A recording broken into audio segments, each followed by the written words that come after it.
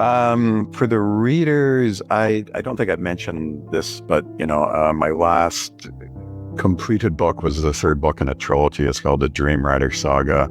I'm very proud of it. It's got all the reviews on Amazon are 4.5 and up for the 3 books. I think you will really, really, really like it. I'm very proud of those, and I think you'd have a lot of fun. It's got a diverse cast of characters, multiracial, orientation, and I am based in Toronto and then in Peru. Sort of my nod to something I loved as a kid, which was both superheroes, but also lost cities in the jungle. So I tried to mush them together, and I'm happy with the result. The writers, hold your breath and check back, and maybe in April, I'm working on another book for writers. This time it's on the craft side, and I'm calling it, working title, it may change, but I'm calling it Brick by Brick, How to Build a Story. And I'm in it, I'm giving what I think is a different approach to how you look at going from a story idea to building a story structure using scenes and how to use scenes properly. So yeah, that's going to be exclusive in a story bundle. If readers can Google story bundle, but it should be coming out mid-April. Curated by Christine Catherine Rush, so the content of that bundle is. Hey everybody, welcome back to the Living the Next Chapter podcast. It's the author podcast where I get to meet great authors from around the world. And what I love is when I get to talk to somebody closer to home. I'm thrilled to speak to authors globally, but it's nice to always come back home and talk to somebody who knows where I live and has lived this kind of life here in Canada as well. So we're excited to have Douglas here on the podcast today.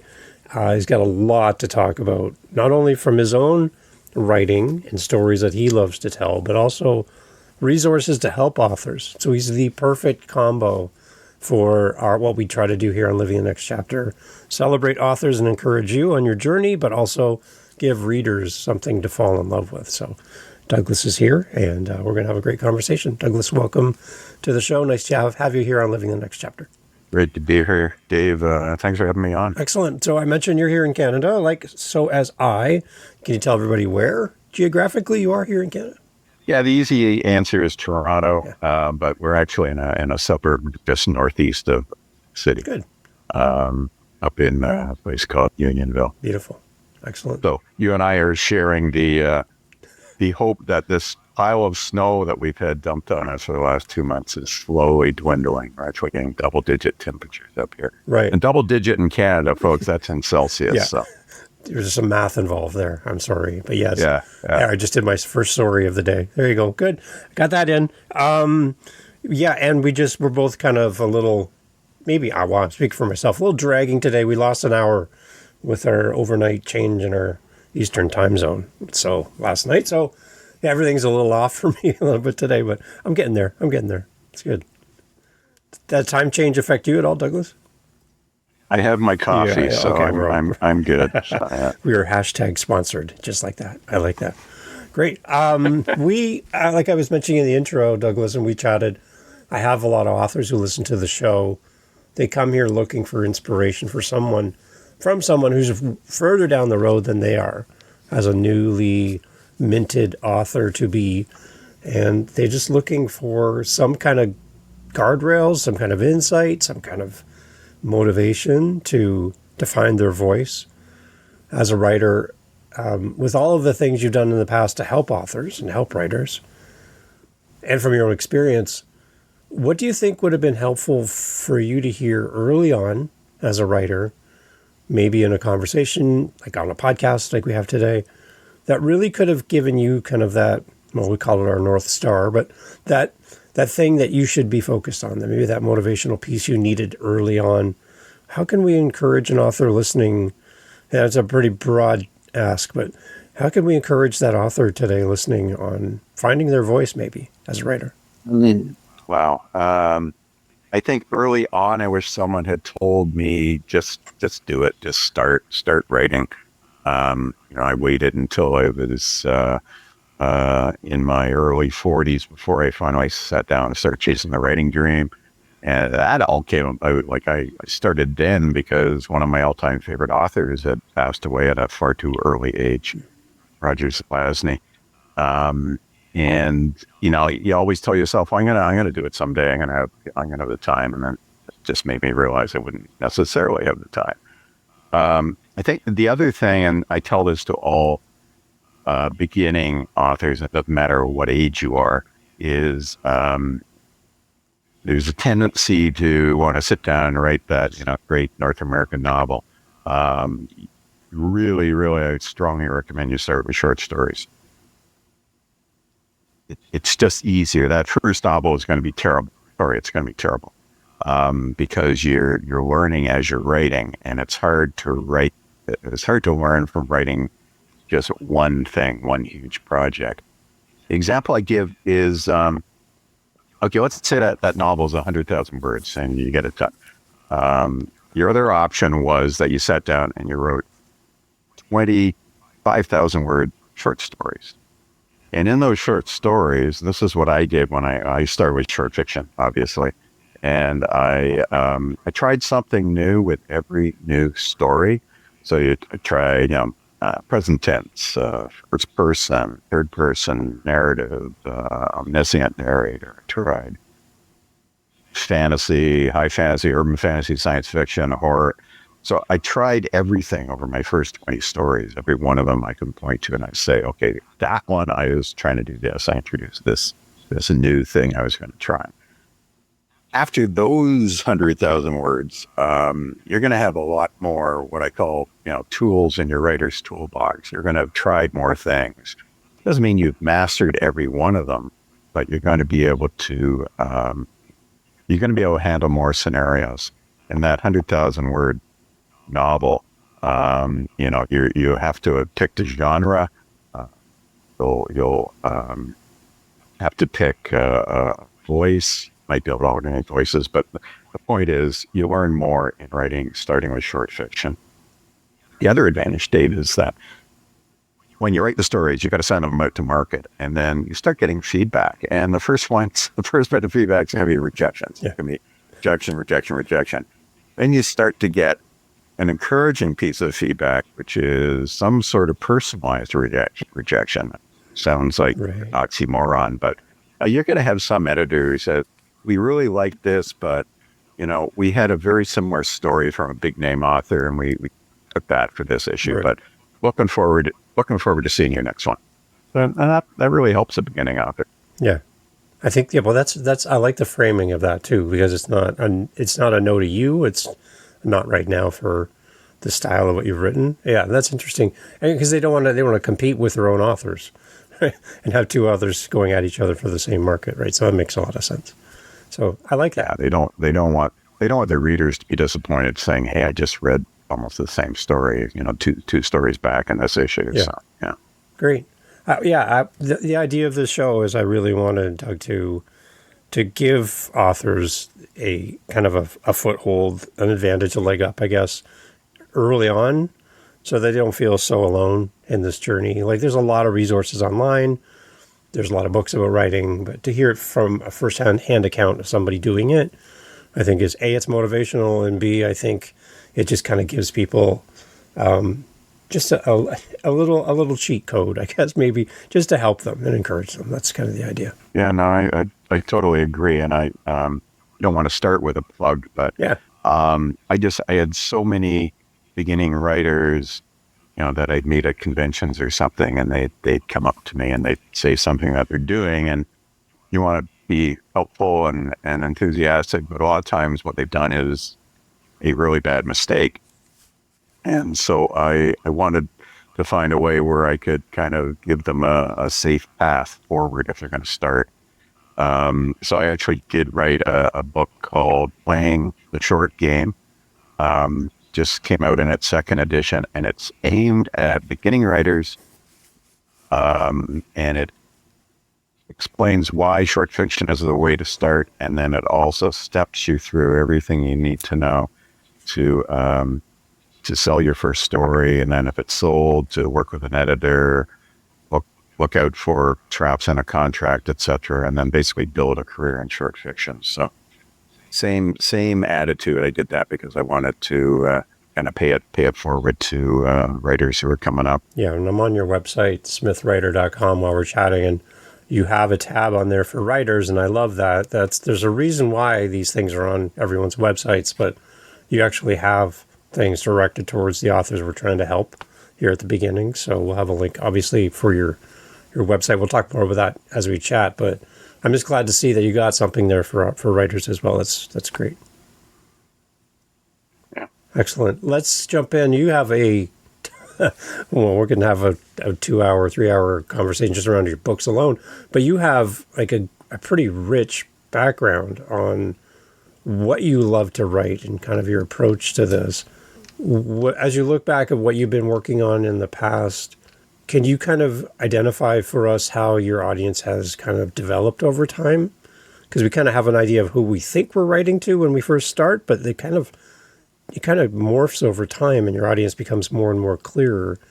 How has your audience grown or changed over the years? Slowly. The growth part. Yeah. I don't know if I have a clear idea who my audience is. I have a newsletter, and I have a number of rabid fans on that one who I always know I can reach out to if I want a beta reader, if I want a group of ARC readers, etc.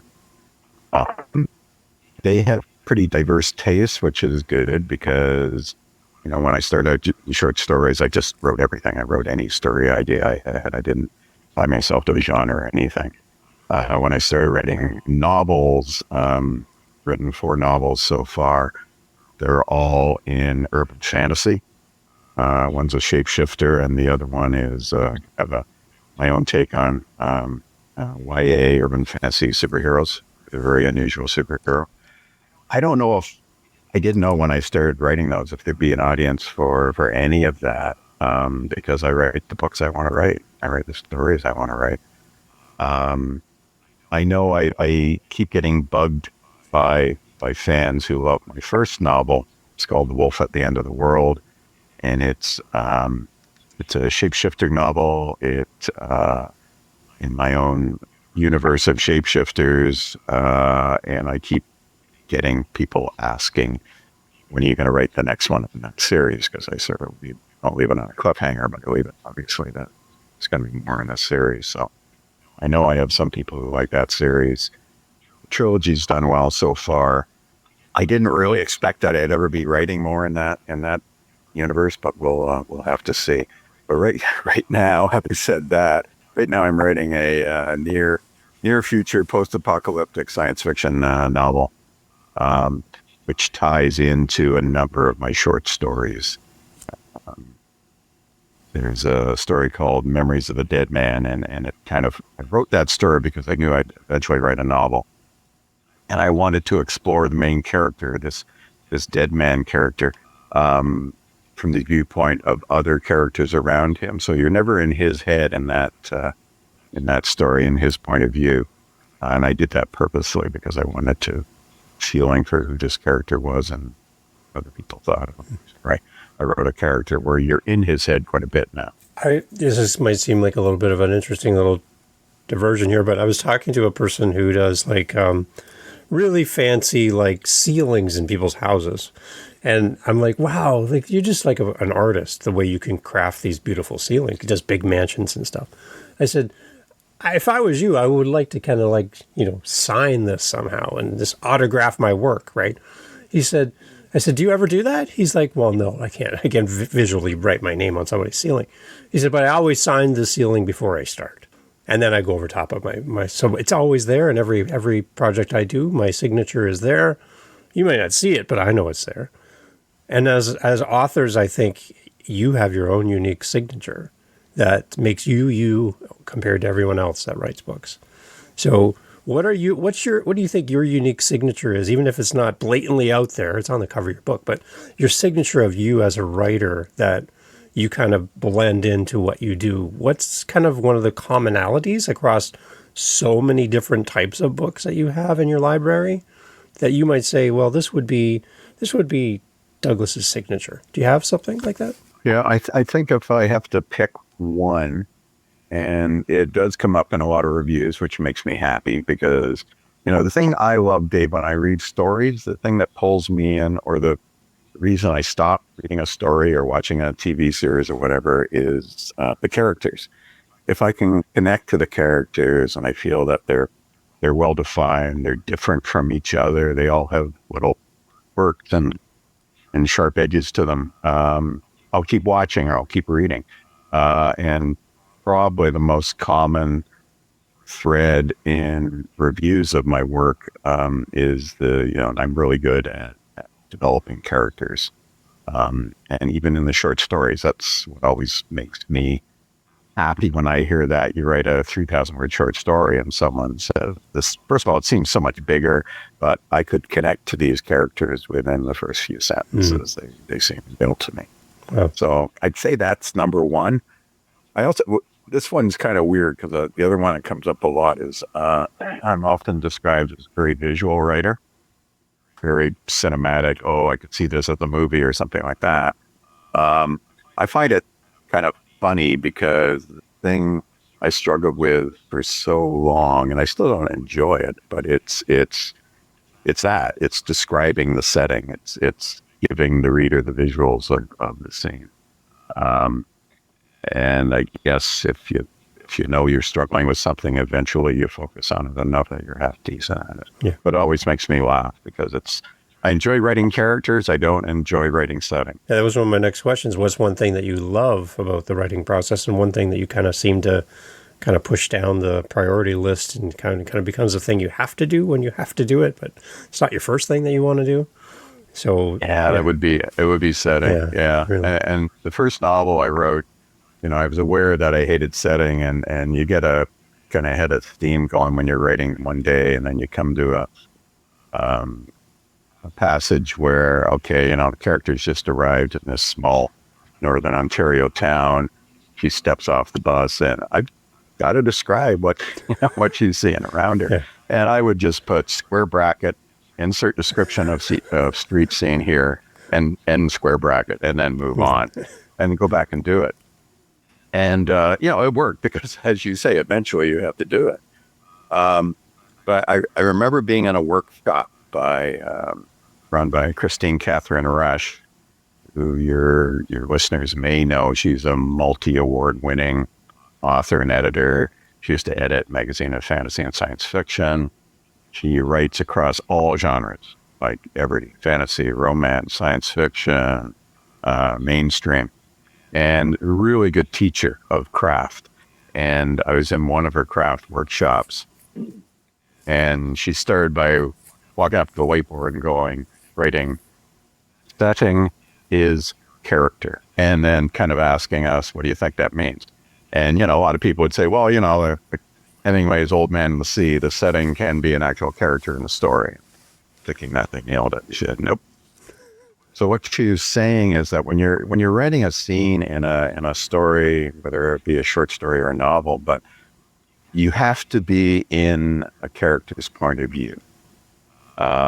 So if it's going to be very different if you have. They did in my first novel. I had a blind character, so when they walk into a room, you can't describe it visually. You have to use their senses. So her first point was, whatever you describe has to be through the senses of your point of view character. And she said, but it also should tie into whatever their emotional situation is. So,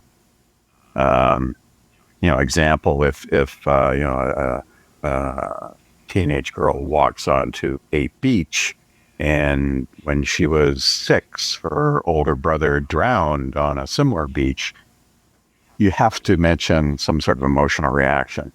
And I say have to, but it actually helps. I found it helped so much that if I could find something in my character, because I love writing character, that I could use to describe the setting to the reader, that also tied into the emotions of the character. And a great way to give backstory too on a character.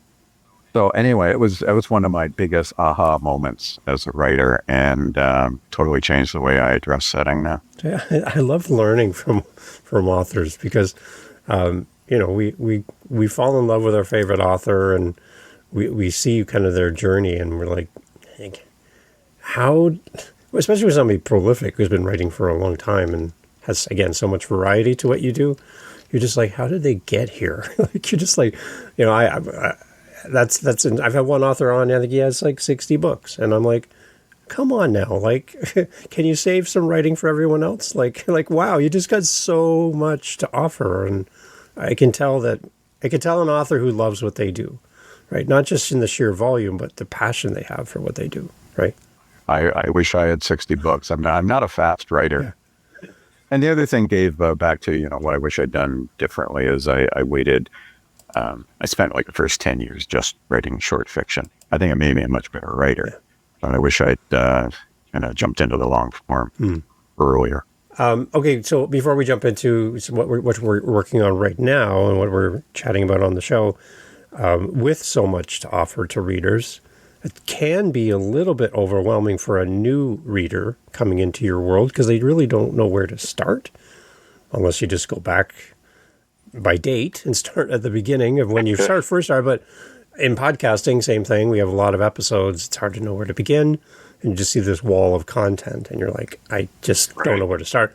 So do you have a good starting point for someone new coming into your world that you're like, maybe this would be a good appetizer, a good taste test for you if, this is going to be a series and an author that you might enjoy falling in love with? Do you have a good starting point for somebody?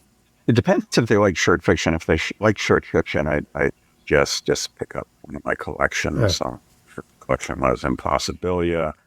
The advantage to that is it has a story called Spirit Dance in it, which was the very first story I ever wrote and sold. And it also became the kind of the prequel story to my first novel, The Wolf at the End of the World. If you like shapeshifters, try that. You can also pick up Spirit Dance as an individual short story for a couple of bucks. And then I wrote 2 other stories in that universe, what I call the Hiroka universe. The Hiroka are my race of shapeshifters. So you try those short stories. If you want to try all 3 of them and some more, I reprinted Spirit Dance and for the first time collected the other 2 short stories into my 3rd collection, which is coming out March 15th. So you could try all the Hiroka stories there if you pick up that book. But if you want to get a good taste of my writing, any of the collections, so there was Impossibilia, Chimeroscope was what I call my first full collection. It was 16 short stories. And then the new one, new collection, is called Borderlanz with a Z on the end because I got to be different and science fiction-y. And it's coming out March 15th, and it's got 15 stories.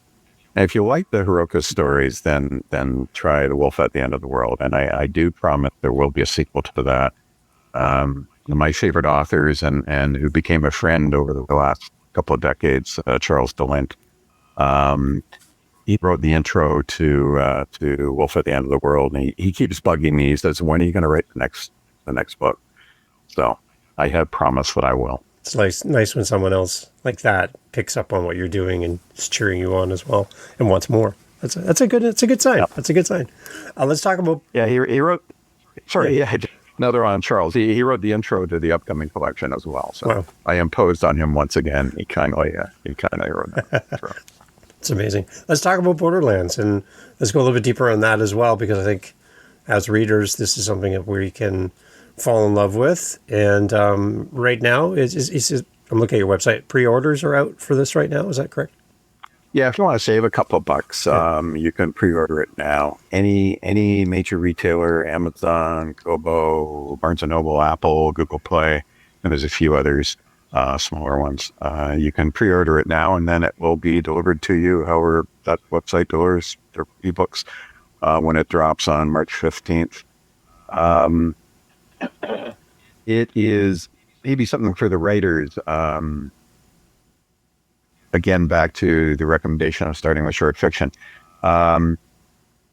So the first book length form I put out was a collection. It was a mini collection called Impossibilia from a very respected UK press called PS Publishing. And then I did my novel, and then I did my second collection. The point is, if you start with short stories, you're going to, and you start selling them, you're going to build up this backlist of short fiction where the rights have come back to you. Another reason to buy my short game book. It explains what not to do and how to protect your rights when you're selling short stories. But assuming you've protected your rights, all these stories are yours again. You can resell them to other short fiction markets. Or once you get enough, you can package them into what's called a collection. And a collection is just a book of short stories from a single author. So it's something to keep in mind, and it's another way you can use short fiction to build a writing career. So, I'm writing novels. I'm working, like as I said, on my fifth novel, but at the same time, I've been working on putting out a third collection, so that you always get a book out there for your fans. The approach I take is I don't include a story in a collection unless it's already been sold to a professional short fiction market. The rights will come back to you. You take a bunch of these stories and you put them together into a new book. Good advice is that you always put one story in that has never appeared anywhere, so that your super fans who have probably read everything will look at it and say, well, I've read everything. Oh, wait, here's a new one. Yeah. So they might hopefully pick up that collection just so that they have that story as well. Okay, so from a reader's perspective who has never written a book, the difference between 15 short stories in a novel compared to 15 chapters in a book, the story arc part of this, because typically a single book will have a beginning, middle, and end, but it seems like 15 individual stories seem like it takes a little bit of work to tie them together in one cohesive story. Am I getting this correct? Like, how is a short story approach to a novel differ for the reader than a typical chaptered book like we would anticipate? There are occasional collections, mostly in anthologies. Like an anthology is a book of short stories from different authors. Yeah. Those tend to be themed. So it might be, cat anthology, speculative fiction cat anthology. It could be alien first contact stories, right? So it'll be a very similar theme. So when the reader reads one story and then move on to the next, they expect obviously a different story, a different approach, etc. But they do expect somewhere in there's going to be a first contact element to that story.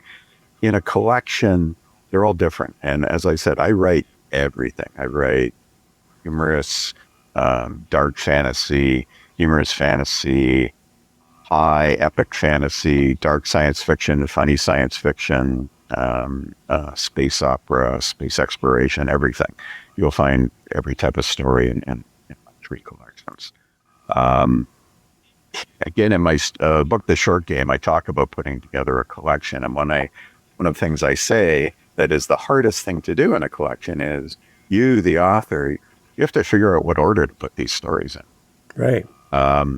Because obviously they have to be in some sort of order. So you need to give some thought to what I call the reader experience. So your readers just finish this story that you decided to put first, and then they're going to go on to this one.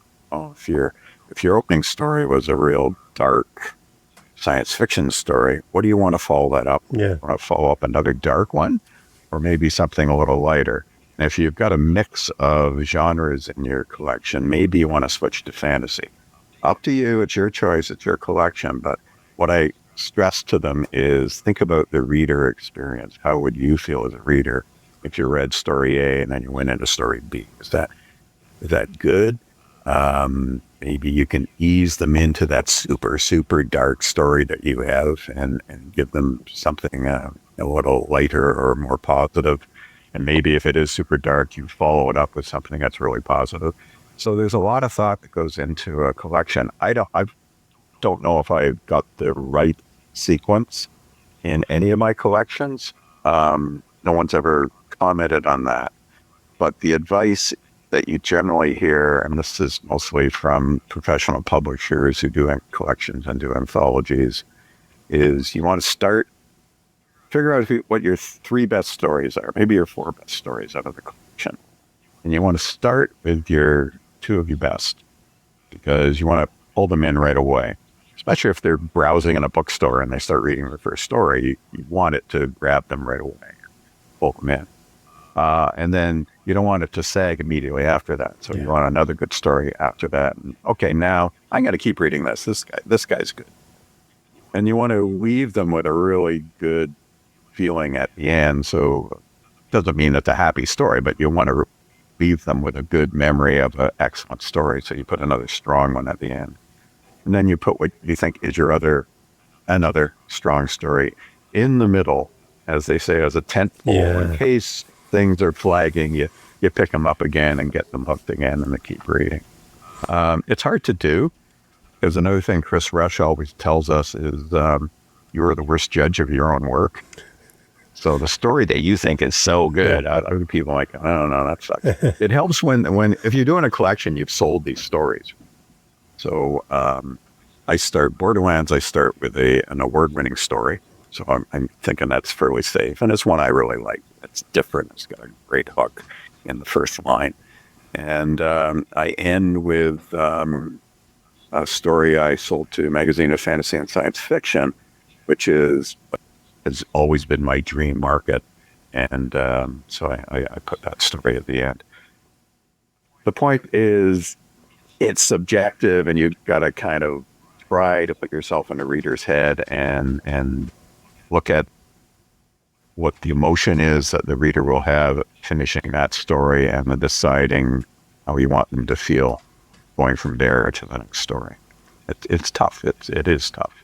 Yeah. No. And you have to balance genre and you have to balance length. If you start with a 10,000 word story, you probably don't want to follow it up with a 8,000 word story. You want to put in something shorter so they can kind of take a breath. Interesting. Like, I'm listening to you talk about this, and I'm in my context, I'm not an author, but I'm a musician. And what we do on an album, what we do in concert, is we assemble our songs in a logical way that takes people on a journey from beginning, middle, end. We want to start big in concert, but on the album, we might want to start softer and take you from kind of a more thoughtful approach to more celebratory at the end.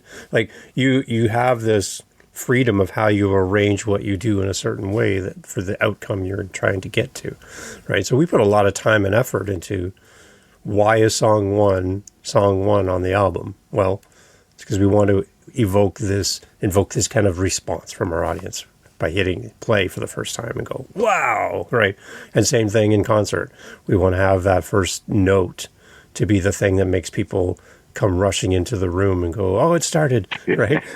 That's the kind of the idea. So I'm listening to you talk about this and going, there's a real interesting parallel from my world to your world and how we both do approach these similar idea of how we kind of arrange this and for the sake of the audience. It's interesting.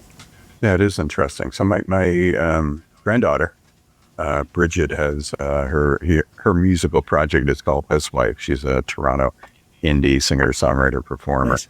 Nice. And she started to drop. She's had a number of EPs, won a couple of awards, and she's putting out her first LP this year. And I think there's like 4 singles that are dropping month by month until it comes out. So it's interesting because I've never had that conversation with her. Interesting. Probably because she's never done an LP before. But I'm gonna ask her. I'm gonna say, so how did you come up with the sequence? Like, how did you decide what song A is and song B and what one you wanted to finish with? I'm from the vinyl era, so I would have said, so what went on side A and side B? But there's not that. No. Although I think she is going to do a vinyl for this one, so that's kind of cool. But yeah, thanks. I'm gonna have that discussion with her. The other side of it too, I think, Doug, is the fact that you're not asking from readers when they look at like Borderlanz, you're not asking them to commit to the entirety of the story. You're asking them to commit to a story within stories. So there's a lighter lift maybe for people coming into your world as a reader as well, because you get the payoff sooner in the short story than you do over a longer single story as well. So that's going to be an interesting dynamic as well for the readers. Yeah, if you've never read short fiction before, it definitely is a mindset change. But I've had some early reviews on Borderlands, and they've been from people who said, I don't really read a lot of short fiction, but I got pulled in by this story, and again they comment. They like my characters and how they seem so fully developed in just a few thousand words. But it's a different experience. And my comment is usually you're going to find something that you like in this book. You're going to find some story that you really love. And back to what sequence do I put them in? I'm already been surprised by some of the reviews that call out their favorite stories, and my reaction, really, that one? It was sort of a light tongue-in-cheek story, and you really loved it. So yeah, again, you're the worst judge of your own work, and you never know how a reader is going to react to a story, whether it be a novel-length story or a short story. In a short story, you don't have the luxury of a slow burn, I would think, about character development over a period of time and a lot of backstory and world building, all of that stuff that a traditional novel might include. So in a condensed period of time, you really got to get people from, I don't know who this character is, to caring about who your character is and bought in. So doing short stories, does that then translate into a more traditional novel that you would write that's a standalone with one story, beginning, middle, and end? Does it change your approach to more of a non-short story project as well? I think by the time you've written a lot of short stories, I did before I finally tried a novel, you've developed this toolbox of what you need as a writer. But yeah, in short fiction, everything you said, you've got to do that. It's present in a novel, but you've got to do it in a short story. You still need the full character development, so the character doesn't seem a sketch. It seems fully rounded and deep. And you need all the world building, so you can immerse the reader in it. And you have to do that in the space of, short story. I got a couple of flash pieces. Most of my short stories range from the 3,000 to 7,000 words. Some of them over 10, but most are kind of in that window. You've got to do all that. And what you said about not wasting time. No, if you're selling short fiction, it means you've hooked the reader, the editor, that's your first reader, right away. So that means the first line, in fact, the book I'm writing right now on the craft of fiction, I've got a section on opening lines. And you have to do a lot. That opening line has to ideally, it introduces a character. It introduces the problem that character is going to have to either solve or fail to solve in the story. You have to give the reader an indication of what genre this story is in. Because if they only love fantasy and your first line says, well, this could be fantasy, and then they're 3 paragraphs down before they realize you're writing science fiction, they're not going to be happy. So that's character, problem, genre, and you have to write that first line so it's got a really cool hook. So people are going, whoa, I'm going to keep reading. I'm going to go from that first sentence to the second sentence. So that's a huge amount of heavy lifting for one sentence in a short story. But that's a great way to start a novel, too, if you've got that good a sentence to start a novel. And it's a great way to start every chapter in the novel. So I think you'll learn a lot. And I know I certainly learned how to be very concise in my prose. I started, every word has to count, not just every sentence, every word has to count in a short story. I learned how a reader could infer a backstory to this character from just a couple of lines or an emotional reaction, how they could infer a bigger story universe by just a couple of lines. And it is a comment I get on a lot in my short fiction. It just seems like a bigger world than I thought you could cram into a 3,000 word short story. when you move to novels, that helps you. I mean, it helps you to learn. I would write my first short story and it'd be like 8,000 words, and all the markets back then were 5,000 words max. So you got to be very good at cutting words out. So I know if I write a 5,000 word scene, I'm not going to be able to cut that down to 3,000 words anymore. You'd be able to cut it down to 4,800. But my prose style, I learned how to write. I learned how to write a sentence as well. Okay, so for readers, Doug, with Borderlands coming out, if you could, I've purchased my copy, it arrives at my house, you somehow appear on my doorstep, which is kind of weird, but you show up on my doorstep and you're like, wait a minute, before you read this book, before you read these 15 short stories, I want to tell you this one thing about Borderlands, because I think it's really going to help you connect with this book. My love letter to you as a reader, before you read this book, before you crack the cover, is, what would you say to this person who's ready to read this book for the first time? They might be your first time reader ever, and Borderlands is their first copy of first foray into your writing. You're standing there right in front of them. You're like, before you read this, I want to tell you this one thing. What would you say? I don't know, because I put so much thought into, it's in the right order. So I sort of my reaction would be start reading. I might ask them, okay, do you like genre fiction? Do you like science fiction, fantasy, etc.? If they say no, I'm going to say, okay, you've got an adventure ahead of you. Hopefully this will hook you. But I'd probably ask them, do you like a particular genre? And there is a mainstream story in there, which is a very personal experience of me and my wife and our second son. And there's science fiction, there's horror, there's fantasy. So I might ask them, do you have a preference? And if they say, well, I really like horror, then I'd probably point them to the horror story, or I'd probably point them to one of the really dark fantasy or dark science fiction stories. Other than that, I think, I'm confident I put the stories in an interesting and cool manner, and I'd say just dive in. Here's my email. Tell me what you think. I like how you mentioned about how reviews are so important for you to kind of get your signature established and people to respond and kind of them to tell you what they're seeing as your signature as an author. I like to encourage all the people listening to leave detailed reviews, thoughtful reviews, to put some effort into it as a reader, because I think we can owe that to our favorite author, not only to encourage them, but to tell other people why these books are so important to us as a reader. Just can you help reinforce the idea that reviews matter to authors from a reader's perspective, that we can really influence and encourage authors through our words? Is there anything else that, from an author's perspective, that speaks to you from a review from one of your readers? Well, first of all, thanks, Dave, for mentioning that, because it's totally true. Reviews are incredibly important to authors. If you're a beginning author and you get your first story published,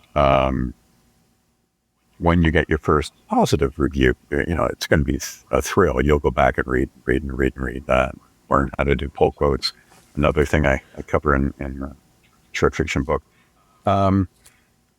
They encourage other readers to take a chance on a writer if they've never heard the writer's name before.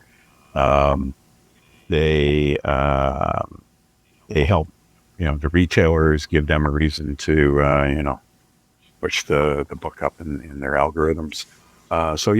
And to the writer, him or herself, they are important. They are a form of encouragement.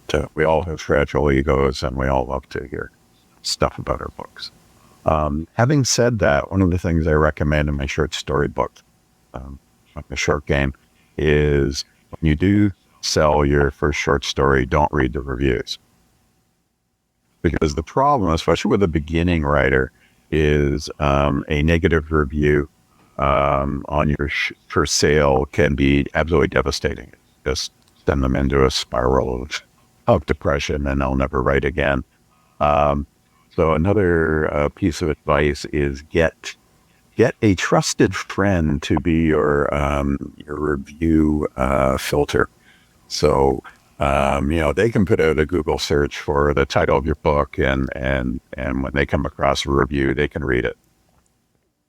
And their charge, what you charge them with, is that they pass on the good reviews to you. They never mention the bad reviews. And they don't even say something, yeah, I found 12 reviews. I'm sending you 2 of them. No, don't. Yeah. Okay. Yeah, I like that. That's It's interesting. so most writers will ignore that. They just want the feedback so much they'll go out and read reviews. And I hope they only come across positive reviews. Yeah. But the danger is the bad one. A review filter. I think that's a great idea. And the reason why I'm asking about that, because when I go to your website, it looks pretty intentional, but right at the top of the page, right there with the welcome, here's the reviews right off the bat. And so though you're highlighting some pretty outstanding comments from some notable people in the space, and I can't imagine that that's an accident, that that's on your website. So that's a good proof right there. And I think that's kind of why I wanted to bring that up for the authors listening, that you need to celebrate those reviews. You need to put that out there, because it also helps other people read that and go, wow, if so-and-so said this about Douglas's work, then I'm curious now. I want to go check it out. Yeah, I know. I've been very fortunate that I've had writers that I greatly, greatly admire who have said nice stuff about my work, like Robert J. Sawyer, Charles DeLint, who I had mentioned before, and both Rob and Charles are friends. And Spider Robinson, just out of the blue, he got, I think he supported some Kickstarter, and I donated Impossibilia as one of the prizes. And out of the blue, he wrote me and just said all those nice things. I just read your book, and I just wanted to tell you. And so, yeah, I got those front and foremost on my website, and I'll use them a lot. And then if reviews are great, you have to know how to do pull quotes from them. And if you go to my review page, you'll see all sorts of pull quotes. So you don't, if the review is this long, you don't repost all of it, especially on, retail sites. You want to pull out that 1 or 2 very pithy comments, positive comments, obviously. Yeah. And if it's from a good source, then obviously you put them on your retail page for the books as well. Excellent. Yeah. The reviews are great, but they're dangerous. Yeah. For beginning writers. Right. So smithwriter.com is the website. Links in the show notes as always. So Douglas, as we head out the door, I appreciate your time. It's very generous of you to do this for us today. Just kind of wrap us up for the reader. I'd love for you to just kind of a closing thought for the reader that's coming into your world or has been part of your world for a long time now. I would love for you to talk to your community, and then maybe something just to close off again to wrap up for the authors. Maybe one more resource from your website or something we can close off with. Can we wrap up for those 2 specific people? For the readers, I don't think I've mentioned this, but my last completed book was the 3rd book in a trilogy. It's called The Dream Rider Saga. I'm very proud of it. It's got all the reviews on Amazon are 4.5 and up for the 3 books.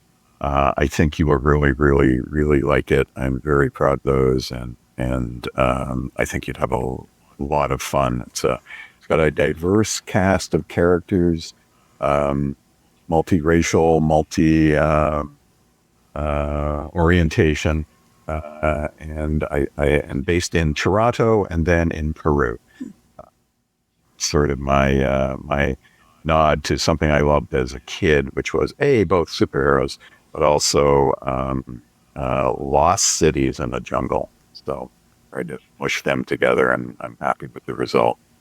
The writers, hold your breath and check back, and maybe in April, I'm working on another book for writers. This time it's on the craft side, and I'm calling it, working title, it may change, but I'm calling it Brick by Brick, How to Build a Story. And I'm in it. I'm giving what I think is a different approach to how you look at going from a story idea to building a story structure using scenes and how to use scenes properly.